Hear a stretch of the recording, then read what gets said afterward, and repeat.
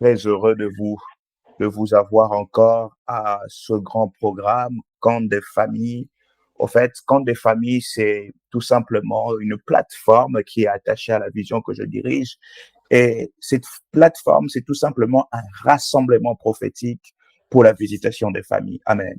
Dans Camp Amen. des familles, nous voulons rassembler les familles. C'est un rassemblement prophétique, n'est-ce pas, qui est destiné à réunir les familles autour de la voie prophétique pour la restauration, la direction divine et la libération de destinée. Alors, je crois que le fait seulement que tu sois connecté à ce live, moi je dis toujours, quand je me connecte dans ce genre de moment, moi je ne regarde pas le live, moi je regarde le Dieu qui existe et qui peut me toucher. Amen.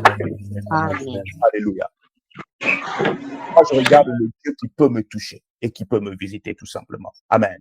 Et donc, Amen. Dieu va nous faire du bien. J'aimerais rapidement vous inviter à prendre vos Bibles. Ceux qui notent, je vous invite à noter. On va travailler tranquillement. Moi, je suis ici à Paris, il est 21h à Paris. Je crois qu'il y a des gens qui sont au Gabon. Il est quelle heure au Gabon? 19h, je crois. 20h ou 19h? 20h. 20h au Gabon. Super. Quelle heure à Kinshasa? 20h à Kinshasa. Est-ce qu'il y a une autre personne qui est connectée dans un autre pays, en dehors du Gabon et de la France? Tout à l'heure, j'avais cru voir quelqu'un du Canada. Mais que Dieu nous fasse du bien. Nous allons monter petit à petit et Dieu nous fera du bien. Je vous invite à prendre Éphésiens chapitre 2, le verset 8. Éphésiens chapitre 2, le verset 8. Suivez-moi très bien. Je vais continuer, je vais poursuivre mon enseignement. J'ai commencé le mardi. J'ai introduit cette série d'enseignements qui s'intitule Bâtir la foi dans les épreuves. Je parle de la foi. Amen. Amen. Et mardi passé, pour ceux qui étaient là, j'ai introduit cela en répondant à une question. J'ai répondu à la question pourquoi nous parlons de la foi? Pourquoi la foi est-elle si importante? J'ai parlé du fait que la foi, elle était indispensable pour être quoi? Pour être agréable devant Dieu, n'est-ce pas? J'ai Yes. développé cela en parlant du fait que c'est la foi qui permet à ce que nous puissions accéder à l'univers de Dieu. Amen. Amen. Et ce soir, je veux répondre toujours à la même question, mais dans sa deuxième direction. Rappelez-vous, j'avais dit que c'était la première direction, la foi comme étant un élément indispensable pour être agréable. Et ce soir, je veux répondre à la deuxième direction, à la même question, mais sur la deuxième direction, je vais parler sur le fait que la foi comme étant un moyen par lequel nous avons le salut. Éphésiens chapitre 2, le verset 8. Je vais lire pour vous rapidement. Second 19, 10. La Bible dit ceci, car c'est par la grâce que vous êtes sauvés, par le moyen de la foi. Et cela ne vient pas de vous, c'est le don de Dieu. Amen. Amen. Je vais Amen. répondre encore, peut-être je vais prendre la version Semeur, car c'est par la grâce que vous êtes sauvés, par le moyen de la foi. Cela ne vient pas de vous, c'est un don de Dieu. Amen. Je vais lire aussi, pourquoi pas, parole de vie, pour qu'on puisse comprendre vraiment la profondeur de ce message. En fait, durant les camps des familles, c'est ça. Nous allons prier et nous allons écouter la parole. Donc, s'il y a des amoureux de la parole, en tout cas, vous n'allez pas vous ennuyer. Mais s'il y a que des amoureux du prophétique, vous allez vous ennuyer. Amen. Amen. Ça risque de ne pas arriver. Parole de vie nous dit ceci. En effet, vous êtes sauvés grâce à la bonté de Dieu et parce que vous croyez. Cela ne vient pas de vous, c'est Dieu qui vous donne le salut. Amen. Amen. J'aime beaucoup ce texte parce que ce texte nous présente à la fois l'importance de la foi et ça nous présente aussi, n'est-ce pas, la clé du salut ou le canal par lequel nous avons le salut. Et j'aime parler du salut parce que, vous savez, le salut est un message qui est à la base de notre foi, mais c'est en même temps un message qui est négligé. Alors, je me pose une question. Je me dis, si nous négligeons le message qui est censé être à la foi de notre base, à la base, pardon, de notre foi, est-ce que cette foi continue-t-elle d'exister? Amen. Si nous Amen. négligeons, au fait, le message qui est censé être le carburant de notre foi, ce message qui est censé nourrir notre foi, si nous négligeons cela, je me pose une question, de quoi notre foi est-elle nourrie? Vous voyez, si vous mettez au monde un enfant, l'enfant doit manger. C'est par certains types de nourriture que l'enfant grandit, que l'enfant se développe. Et si vous négligez cela, on va se poser la question, est-ce que l'enfant va grandir? Est-ce que l'enfant va survivre? Amen.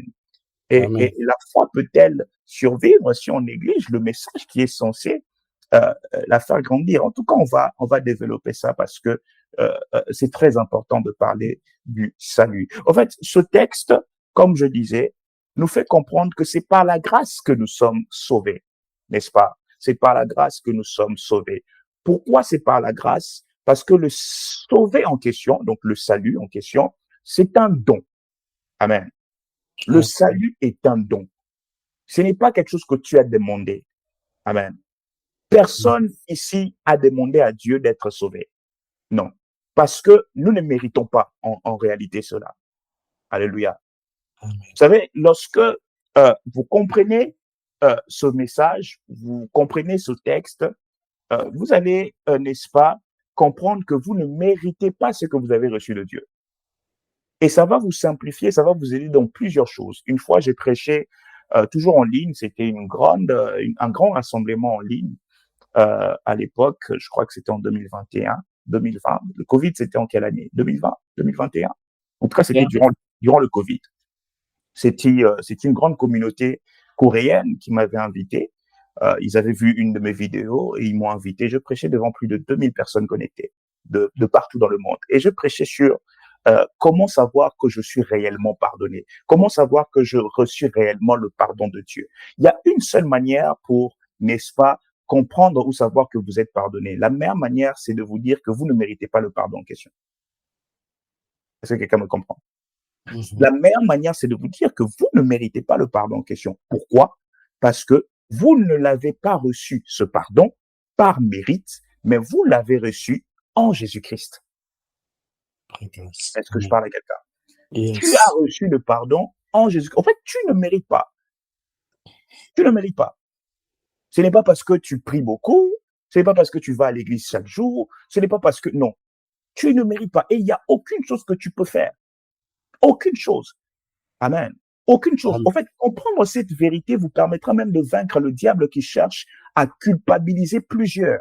Vous savez, il y a des gens qui tombent malheureusement dans les péchés et ils se retrouvent dans la prison appelée culpabilité, où ils se posent maintenant la question, est-ce que Dieu va encore me pardonner? Parce que tu te dis, je promets à Dieu de bien marcher, mais je tombe toujours. Je promets à Dieu de le craindre, mais je tombe toujours. Cette fois-ci, Dieu va se fatiguer de moi. Ça, c'est Satan qui te pousse à penser ainsi. Parce que Dieu ne va jamais se fatiguer de toi. Dieu sait que tu es humain. Alors, attention, je n'encourage pas le péché, mais le Dieu qui a donné le salut sait lui-même que là où le péché abonde, il faut que la grâce surabonde. Alléluia. Amen. Que Amen. là où le péché abonde, il faut que la grâce surabonde. Il sait que l'homme que j'ai créé est tellement faible qu'il peut me promettre quelque chose, mais demain, il va faillir. Ainsi, je dois lui donner un cadeau qui le permettra d'être sauvé, pardonné. Pas parce qu'il marche bien, pas parce qu'il ne pêche pas pendant 100 jours, pas parce qu'il ne pêche pas pendant 1000 jours, mais parce que tout simplement, il a reçu les cadeaux en question. Amen. Et c'est ce que ce texte nous fait comprendre. C'est que ce salut est un don. C'est un cadeau. Tu n'as rien fait pour l'avoir. Du moins, tu vas faire quelque chose pour l'avoir. Mais tu n'as pas fait les choses selon les hommes. J'ai écrit aujourd'hui, en début de journée, sur mon statut, j'ai écrit que tout pasteur qui, dans une église, demande à quelqu'un une offrande pour avoir le salut ou une offrande pour être sauvé est un démon. Amen. Amen. Amen. Si tu trouves quelqu'un qui te dit que tu dois payer le prix pour avoir le salut, alors tu dois poser la question à la personne de quel prix on parle. Parce que si ce prix, c'est une somme d'argent, c'est un démon. Mais si ce prix-là, c'est la foi, c'est un bon prédicateur. Pourquoi? Parce que la Bible nous informe que ce cadeau-là, ce don-là que nous avons reçu, le salut, nous l'avons par le moyen de la foi. Alléluia. Amen. Pourquoi est-il important de parler de la foi? Premièrement, un élément indispensable qui nous rend acceptables. Deuxièmement, c'est le moyen par lequel nous avons le salut. Amen. Le salut, tu ne l'as pas parce que tu es enfant de pasteur. Le salut, tu ne l'as pas parce que tu es né dans une famille chrétienne. Je le dis toujours pour nous qui sommes nés dans des familles chrétiennes, nous avons embrassé le chemin de l'église, premièrement parce que nous avons cru, mais parce que c'était comme un héritage spirituel, un héritage, culturel. Amen. Amen. C'est pourquoi vous verrez, par exemple, chez les catholiques, la plupart des gens qui partent, et surtout les jeunes catholiques d'aujourd'hui, de cette génération, la plupart des gens qui fréquentent les églises catholiques, ils vont tout simplement par héritage culturel. Ils ne comprennent rien. C'est-à-dire, ils vont dimanche à la messe parce que papa et maman vont à la messe. Mhm. Moi, j'ai commencé à fréquenter l'église parce que je voyais ma mère fréquenter l'église. Mais ce n'est pas ça qui me donne le salut. Le salut, je l'ai au moyen de la foi. Et cette foi, elle est personnelle. Elle n'est pas une foi d'ensemble. Ce n'est pas la foi d'ensemble qui sauve. C'est la foi personnelle.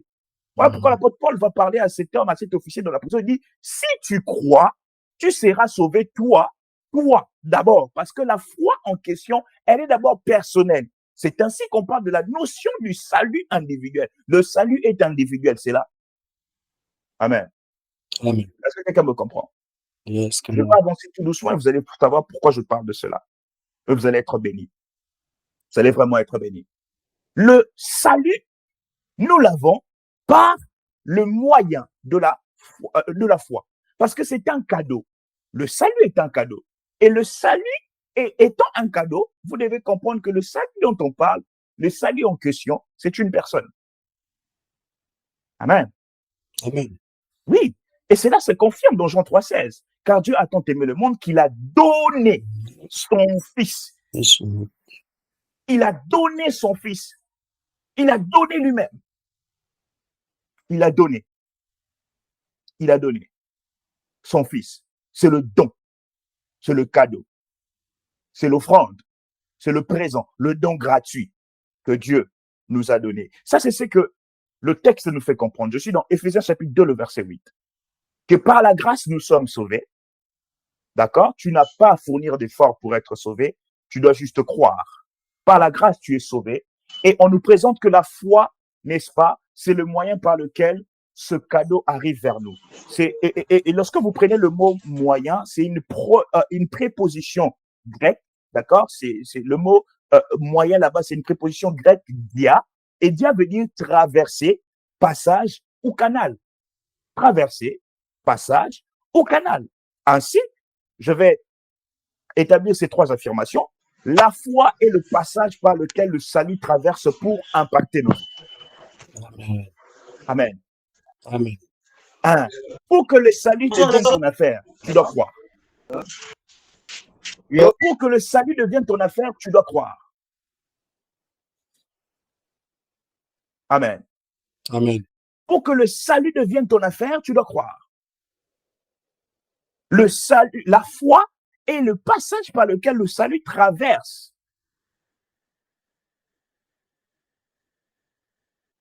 Le salut traverse quoi? Pour impacter nos vies. Alléluia. Amen. Deuxième chose, c'est que la foi est le canal par lequel nous recevons le don de Dieu. Je l'avais dit, la foi doit être derrière toute action. Je l'avais dit l'autre fois. La foi doit être derrière chaque action. Chacune de nos actions devant Dieu. Il faut qu'il y ait la foi. Amen. Amen. Il faut qu'il y ait la foi. Chacune de nos actions devant Dieu, il faut qu'il y ait la foi. Si tu n'as pas de foi, tu n'es pas acceptable. Si tu n'as pas de foi, tu ne peux pas fonctionner dans la dimension de Dieu. Si tu n'as pas de foi, tu ne peux pas recevoir de Dieu. C'est aussi simple et limpide. J'écoute. C'est aussi simple et limpide. Si tu n'as pas de foi, tu ne peux pas. Ainsi, la foi est le chemin par lequel Christ passe pour la délivrance de nos familles. Parce que la puissance du salut a la capacité de délivrer toute une famille. Est-ce que je parle à quelqu'un? Yes. Cette parole est dite à cet officier que si tu crois, tu seras sauvé, toi et ta famille. En fait, à chaque fois qu'on parle du plan du salut, Dieu commence par un homme, mais sa volonté, ce n'est pas de s'arrêter à un homme. Est-ce que vous m'avez compris? Dieu commence par un homme, mais sa volonté n'est pas de s'arrêter à un homme. Il va toujours prendre un élu, et par lequel les autres aussi entreront dans le plan en question. Et quand vous lisez dans la Bible, à chaque fois que Dieu voulait visiter une famille, commençait toujours par un homme. Lorsque Dieu a voulu visiter la famille de Jacob, il a choisi un homme. Il a choisi Joseph. Amen. Et bizarrement, ceux qui combattent les élus de Dieu, en réalité, combattent le plan de Dieu pour eux-mêmes. Est-ce que je parle à quelqu'un? Yes, yes. Lorsque tu es un élu de Dieu, quelqu'un que Dieu a choisi pour accomplir quelque chose avec toi, dont l'impact sera pour toi, mais aussi pour ta famille. Si tu te retrouves à être combattu, et malheureusement par les membres de ta même famille, ils sont ignorants. Parce qu'en te combattant, ils sont en train de ralentir le plan de Dieu pour leur propre vie. Ils sont en train de ralentir la bénédiction de Dieu pour leur propre vie. Amen. En combattant Joseph, nous combattons en fait celui qui va devenir un jour gouverneur en Égypte. Et quoi? Et nous délivrer de la famine. Alléluia. Amen. Voyez-vous comment est-ce que le diable emmène les familles à s'entretuer pour rien? Vous vous entretuez pour rien. Vous haïssez l'autre pour rien. Vous combattez l'autre pour rien. Pourtant, il n'est qu'un symbole. Il n'est que celui que Dieu a pris pour commencer tout un plan, par lequel un plan passera pour le salut de toute la famille, pour la délivrance de toute la famille. Amen. Amen. Est-ce que je parle à quelqu'un? Yes. La foi est le chemin par lequel Christ passe pour la délivrance de nos familles. Acte 16, le verset 31. Si tu crois, tu seras sauvé, toi et ta famille. Deux choses que j'aimerais établir maintenant pour avancer dans mon message. Deux choses que j'aimerais établir pour avancer dans mon message. Nous parlons de bâtir la foi. Bâtir la foi, c'est aussi entretenir la foi. Amen. Amen. Bâtir la foi, c'est aussi entretenir la foi, maintenir la foi. Oh, comment est-ce que cette foi se maintient? La foi en question se maintient lorsque nous comprenons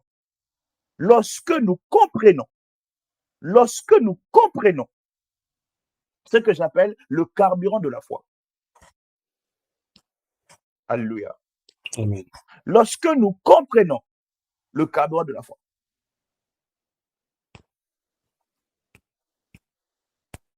Je vais dire quelque chose et nous allons avancer. Homme de Dieu Miguel, je ne sais pas si tu peux. Est-ce que tu peux me lire Romains chapitre 10, le verset 17? Romains 10. Romains 10, le verset 17. Ok. Alors, Romains 10, chapitre 17, nous dit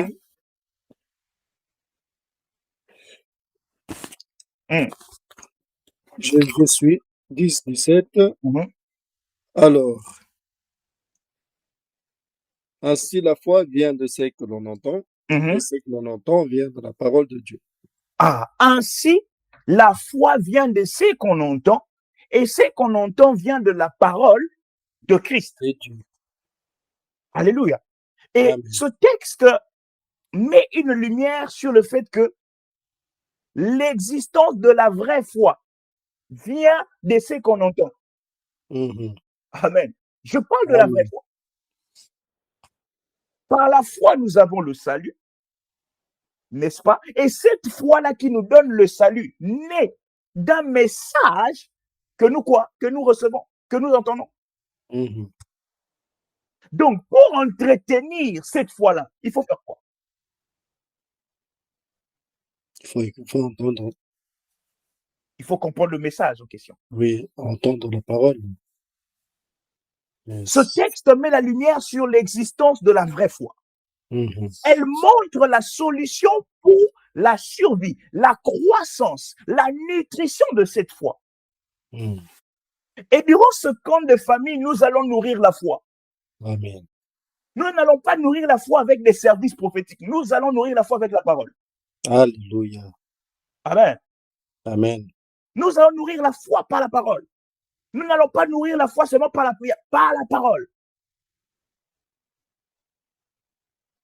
Parce que le message est la mère génitrice de la foi. Ceux qui m'ont suivi dans la journée, j'ai déclaré une chose. J'ai écrit que la foi comme un enfant ne peut grandir qu'avec sa mère. Quelqu'un m'a écrit, prophète, qu'est-ce que tu veux dire par là? J'ai dit oui. La Bible déclare que la foi naît du message. J'aime d'ailleurs la version Semeur. Donc la foi naît du message que l'on entend. Et ce message, c'est celui qui s'appuie sur la parole du Christ. Donc c'est le message qui donne naissance à la foi. Ainsi, pour que cette foi grandisse, pour que cette foi soit ferme, pour que cette foi soit dure, il faut que le message là accompagne son enfant. Est-ce que je parle à quelqu'un? Yes. C'est pourquoi lorsque vous donnez votre vie au Seigneur, on vous apprend les affermissements. Affermissement qui vient du mot latin firmus pour dire ferme. C'est pour rendre dur, solide votre foi. Mais malheureusement, aujourd'hui, dans nos églises, les affermissements ne s'arrêtent que 2 jours, 3 jours et puis on vous baptise. Or, c'est quelque chose, c'est une discipline qui doit se poursuivre durant toute la vie chrétienne. Au fait, pour moi, même la prédication de chaque dimanche doit être un affermissement. Est-ce que je parle à quelqu'un? Yes. Oui, parce que c'est ce qui va aider ta foi à rester ferme. Ce qui aidera ta foi, ce qui permettra à ta foi de grandir, ce n'est pas le visage du prophète Rabbi. Ce n'est pas la voix du prophète Rabbi. Amen. Amen. Il y a des gens qui pensent que c'est la voix du prophète, c'est la voix de son pasteur qui va faire en sorte que sa foi soit boostée. Les personnes qui réfléchissent comme ça sont des personnes charnelles. Et franchement, moi, quand le pasteur n'est pas là, ne prêche pas, ma foi n'est pas boostée. Alors, soit c'est ta sexualité qui n'est pas boostée. Est-ce que je parle à quelqu'un? Ben oui, Yes. c'est une vérité. Parce que c'est le message qui est censé animer la foi. Donc, si le message passe même par la voix d'un autre pasteur, c'est du moment où c'est le message de Christ, ça doit animer ta foi. Amen. Amen. Amen. Mais si toi, tu te fies à la voix de ton pasteur pour que ta foi soit animée, alors ce que tu as, ce n'est pas la vraie foi. Et ça, c'est un danger. Est-ce que je peux parler à quelqu'un? Et ça, c'est un danger. Ça, c'est un danger. Parce que le message est la mère de la foi. Ainsi, la foi comme un enfant ne peut grandir qu'avec sa mère. La vie chrétienne commence par cette foi qui vient lorsqu'on écoute le message. Alors, j'ai 2 questions à poser. Ta foi naît de quel message? Ta vie chrétienne tire ses origines d'où? Toi, tu es devenu chrétien, pourquoi? J'aime beaucoup poser cette question-là. Pourquoi as-tu donné ta vie au Seigneur? Parce que les réponses m'ont toujours soit éclaté de rire ou soit scandalisé. Un jour, j'ai demandé à un homme, pourquoi tu as donné ta vie au Seigneur? Oh, parce que je voulais draguer une fille et son papa m'avait dit de rejoindre leur église. Donc toi, ta foi se base sur le fait que le papa de la fille que tu veux t'avait demandé de rejoindre l'église. Toi, ta foi se base sur le fait que comme la famille de mon futur époux comme cette famille doit m'accepter, je dois fréquenter leur église. Donc, tu ne fréquentes pas l'église parce que tu es touché par le message de cette église, mais tu fréquentes l'église parce que derrière, tu veux cet homme. Donc, voilà pourquoi même le simple fait d'appartenir à une église, ce n'est pas la raison ce n'est pas l'assurance du salut. Est-ce que je parle à quelqu'un? Yes, yes. Oui. Le simple fait d'être dans une dénomination, ce n'est pas l'assurance du salut. Et aujourd'hui, nous avons fait de nos dénominations, de nos congrégations, des assurances du salut. Parce que je prie à X église, je suis chrétien. Non. Parce que je suis de telle famille spirituelle, je suis enfant de Dieu. Non. La foi naît du message.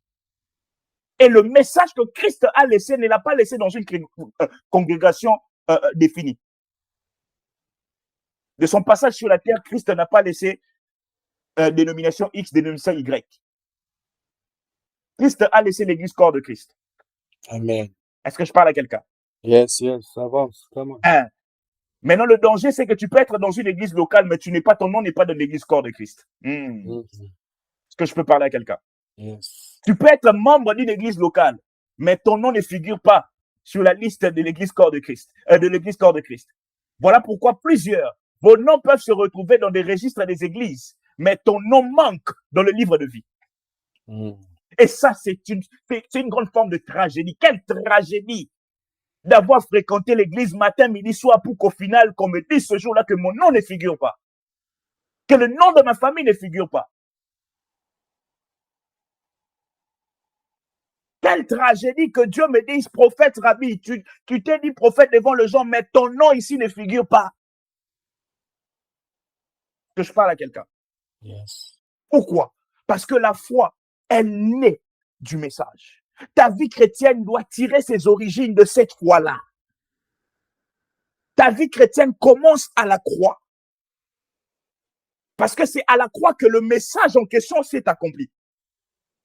Parce que la croix, c'est le symbole de la mort, mais encore plus de la résurrection de notre Seigneur Jésus-Christ. C'est ça le centre du message. Est-ce que je peux parler à quelqu'un? Vous savez, ça fait un moment que je prêche la parole de Dieu. Le serviteur de Dieu Miguel qui est ici, il travaille avec moi ici à Paris. Il me voit depuis que je prêche depuis plusieurs années. Et ceux qui ne savent pas, c'est que depuis un moment, j'étais en prière et je disais à Dieu, Seigneur, je vais être dans le message de mon ministère. Je veux prêcher ta parole. Je veux prêcher le message. Je ne veux pas être un prophète qui prophétise seulement. Je ne veux pas être un prophète qui est seulement dans le surnaturel, dans les miracles. Je veux prêcher le message. Parce que c'est de ce message-là que la foi naît. C'est de ce message-là que la foi grandit. Ainsi, si dans mon église, je ne prêche pas le message, je n'aurai pas des gens dont le foi grandisse. Non. Je n'aurai que des fans qui viennent me regarder, faire un spectacle. Alléluia. Amen. Ainsi, je le déclare, sans crainte. Toute église où le message de Christ n'est pas prêché, c'est un centre de spectacle. Amen. Oh yes. Toute église où le message de Christ n'est pas prêché, c'est un centre culturel.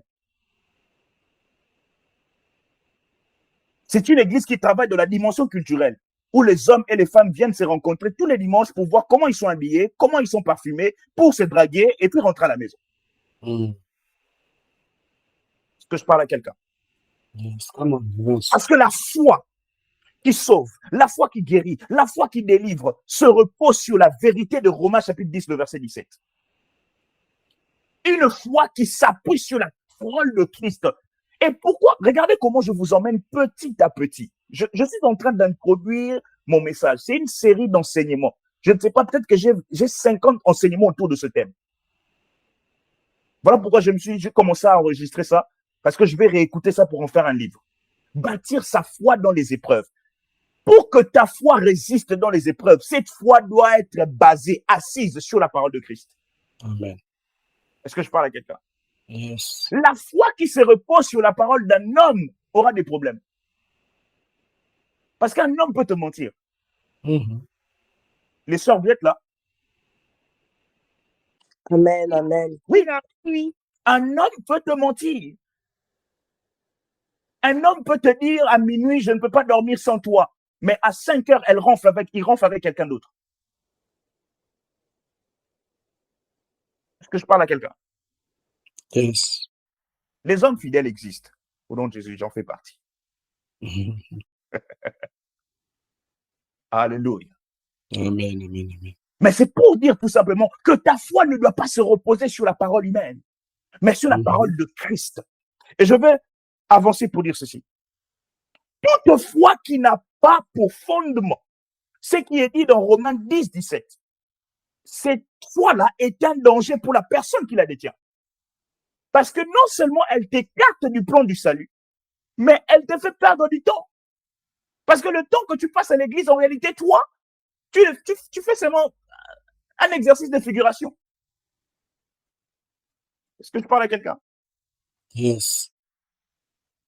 La foi qui naît de la vérité, qui est la parole de Christ. C'est une foi qui guérit. C'est une foi qui sauve. Vous savez, je le dis aujourd'hui. Vous savez pourquoi il y a peu de miracles aujourd'hui dans nos églises? Vous savez pourquoi nous vivons dans une saison où il y a peu de miracles? Parce que nous avons basé notre foi sur autre chose que la parole de Christ. Ta foi est basée sur la beauté de ton église. Et aujourd'hui, malheureusement, nous avons des pasteurs qui travaillent plus l'aspect bâtiment de l'église que le message qui doit donner naissance à la foi. Oh, que Dieu nous fasse la grâce de revenir à l'époque où on avait des évangélistes comme des Jimmy Swaggart, des docteurs de la parole comme Tommy Osborne, des hommes de foi Amen. comme Renard Bonquet. Ces gens ont prêché Jésus avec des micros bizarres, mais j'ai vu ces Jésus guérir des vies. Ces hommes ont prêché Jésus sans live YouTube, mais ces hommes ont guéri et sauvé plusieurs. Jésus est passé par eux pour que plusieurs âmes viennent à lui. Parce qu'ils ont tout simplement prêché le message. Mais nous avons Facebook Live, nous avons YouTube, nous avons tout, mais il n'y a rien. Il n'y a rien. Pourquoi? Il n'y a plus de miracles dans l'église. Pourquoi? Parce que la foi ne se repose pas sur le Christ qui guérit, mais la foi se repose sur le pasteur. Ainsi, le pasteur se présente comme le guérisseur. Pourtant, il n'est rien. C'est la parole de Christ qui guérit. Nous courons derrière les prophètes. 200 € pour rendez-vous prophétique. 300 € pour ceci. Au final, tu payes ça. Qu'est-ce que tu reçois? Rien. Oh, toi, pour ta délivrance, c'est 1000 €. Tu as payé tes 1000 €. Qu'est-ce que tu as reçu? Rien. Oh, Seigneur, je ne veux pas être ce genre de serviteur et de prophète. Je veux te présenter toi seul parce que c'est toi qui es le chemin, la vérité et la vie. Amen. Est-ce que je parle à quelqu'un? Yes. Voici, je vais donner quelques signes, des signes extérieurs et actuels qui doivent nous alerter. Ces signes qui nous montrent que lorsque la foi, elle n'est pas bien fondée. Qu'est-ce qui arrive lorsque la foi n'est pas bien fondée? Que ce soit dans nos églises locales, que ce soit dans l'église corps du Christ. Qu'est-ce qui arrive lorsque la foi, elle n'est pas bien fondée? Si tu te retrouves dans cette situation, c'est que tu dois revoir les fondements de ta foi. Premièrement, lorsque la foi n'est pas bien fondée dans la vie d'un homme, il y a l'instabilité d'appartenance dans une église locale. Est-ce que je parle à quelqu'un? Les gens qui changent des églises locales à tout moment là, ils ont un problème de fondement. Moi, je le dis, si je n'étais pas appelé à servir Dieu et que je n'étais pas un homme appelé à bâtir un ministère, en ce moment, j'allais toujours être dans mon église locale. Là où j'ai donné ma vie au Seigneur, là où on m'a baptisé. Amen. Mais combien j'en ai rencontré dans la vie qui changent des églises à tout moment? À tout moment. À tout moment. Non, on m'a dit d'aller chercher la délivrance là-bas. Non, on m'a dit là-bas. Cette instabilité montre qu'il y a un problème au niveau de la foi. Est-ce que je parle à quelqu'un? Yes. L'instabilité d'appartenance dans une église.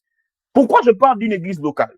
Parce que vous savez, lorsque vous croyez, lorsque vous avez la foi, vous devez vous retrouver. J'ai dit, l'autre fois, j'ai parlé sur les démonstrations de foi. J'ai dit que donner, offrir à Dieu est une expression de foi. Servir Dieu, c'est une expression de foi, n'est-ce pas? Et le service pour Dieu se fait dans le cadre qu'on appelle église locale.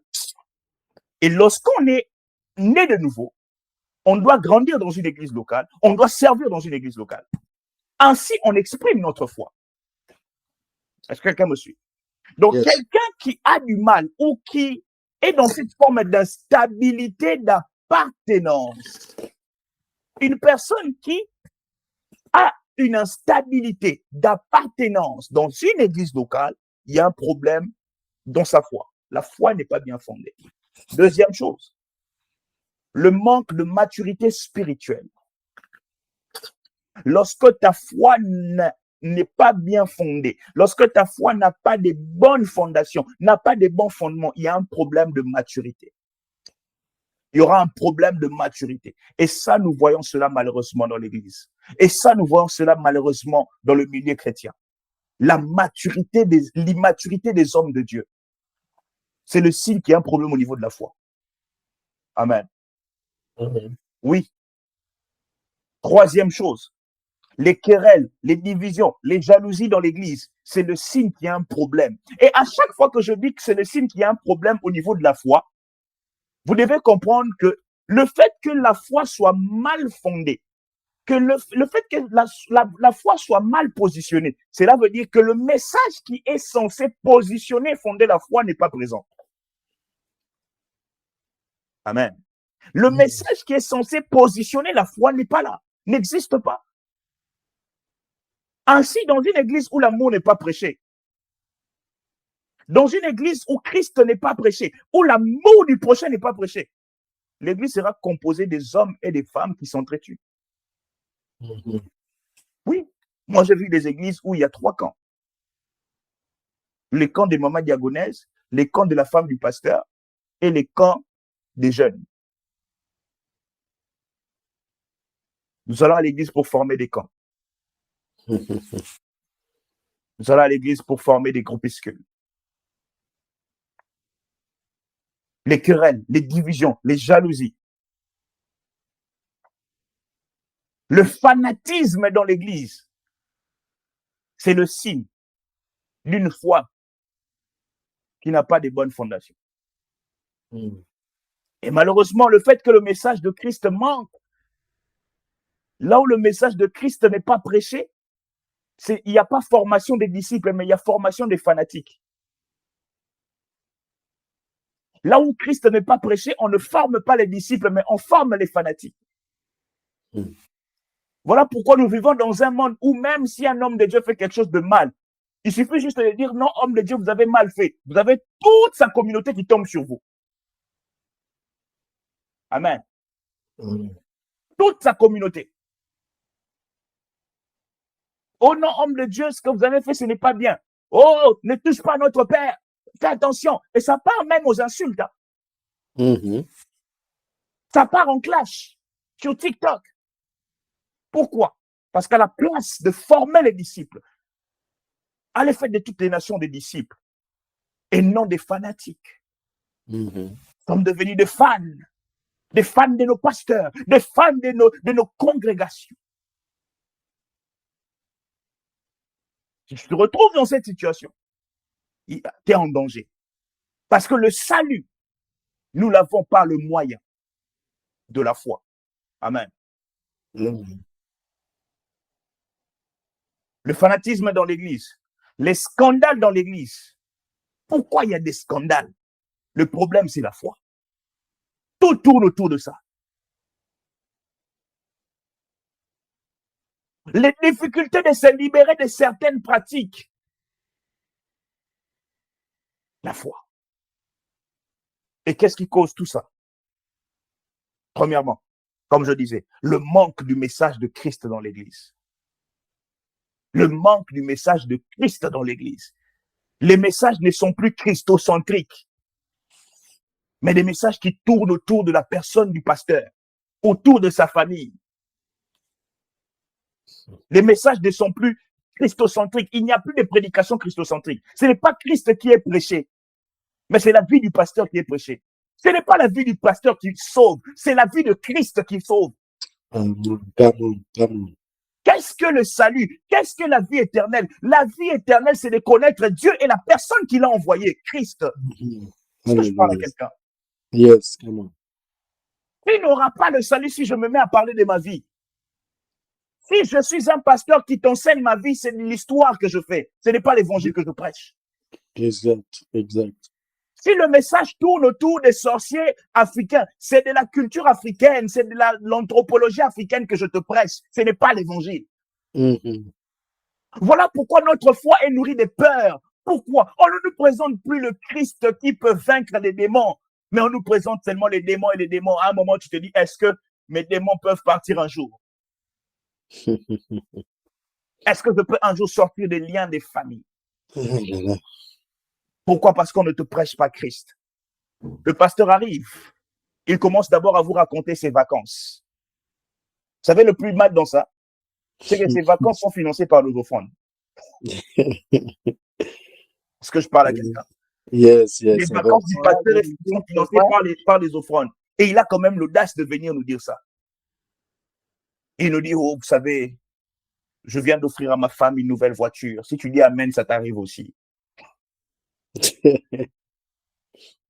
Oh, vous savez, je viens de m'acheter une nouvelle parcelle. Si tu te connectes à cette grâce, cela va t'arriver aussi. Viens semer sous mes pieds. Ce sont des messages qui fatiguent aujourd'hui les gens. Combien de gens ne vont plus dans les églises à cause de ces choses? Des faxeurs, des aventuriers qui sont entrés. J'aime un homme de Dieu qui dit des prophètes des coins de la rue.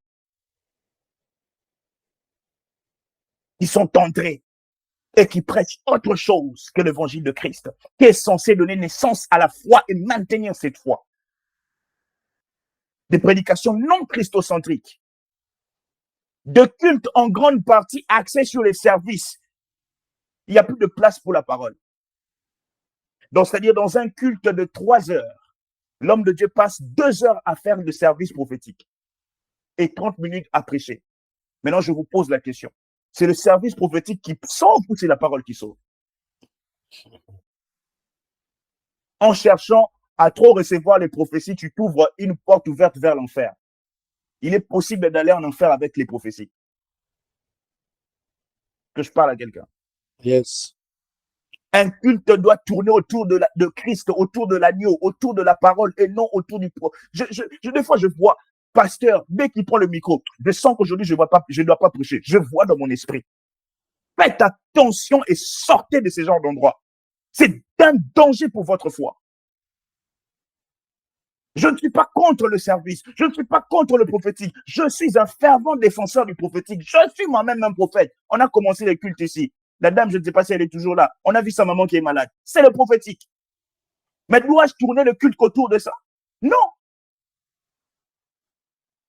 Dans une communauté où il y a des nouveaux venus, où il y a des chrétiens nés de nouveau, mais qui, au lieu d'être enseignés, au lieu d'être exposés à la parole de Christ, ne sont qu'exposés au service.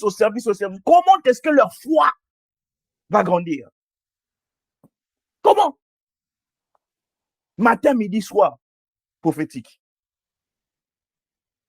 Oh non, nous, on est une église prophétique. Nous, on vous laisse l'évangile.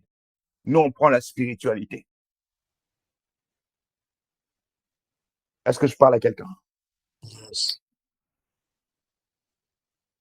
Je veux que ta foi soit solide. Amen. Je veux que ta foi soit ferme. Amen. Je veux que ta foi résiste face aux épreuves. Amen. Je veux que cette foi résiste face aux difficultés de la vie. Je veux que cette foi résiste. Ta foi ne peut pas résister parce qu'on est habitué à prêcher ta foi des choses qui ne sont pas l'évangile. On t'a habitué à des messages comme si tu donnes ta vie à Christ, tout change directement, tout devient rose. Non! L'homme de Dieu, Miguel, tout à l'heure, a parlé d'un passage dans 1 Pierre, n'est-ce pas?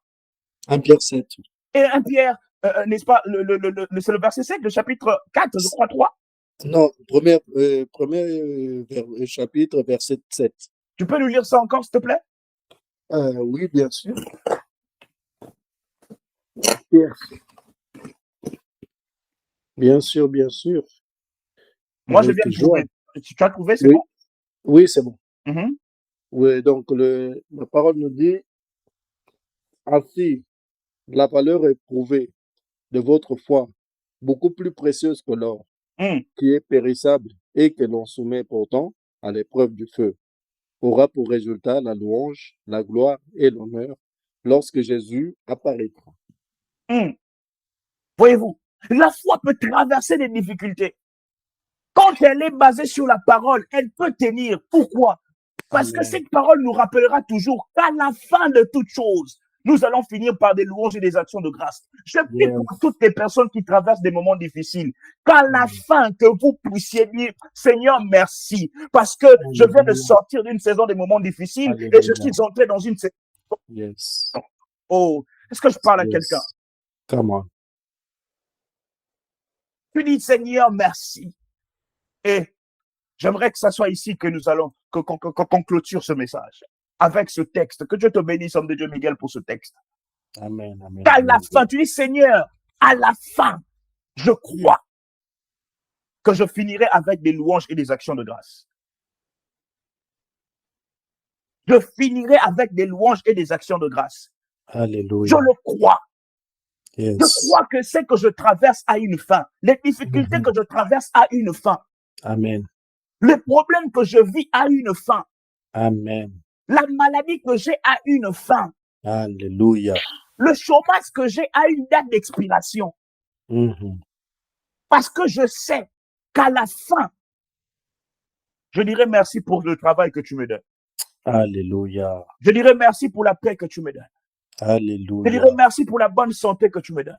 Hosanna. Je dirais Hosanna. merci. Oh, est-ce que ces déclarations peuvent devenir tes prières au nom de Jésus? Est-ce qu'on peut les ensemble nos voix et déclarer cela dans la prière? L'éternel Dieu de gloire, Seigneur. Est-ce que tu peux élever ta voix et déclarer cela dans la prière? Manifester le roi de gloire, Papa Yahweh. Je crois, éternel Dieu des armées, Yahweh, que c'est toi qui es avec moi, Papa, dans cette épreuve. Papa, je sais que tu es dans la barque avec moi, le roi de gloire, Papa. Je ne craindrai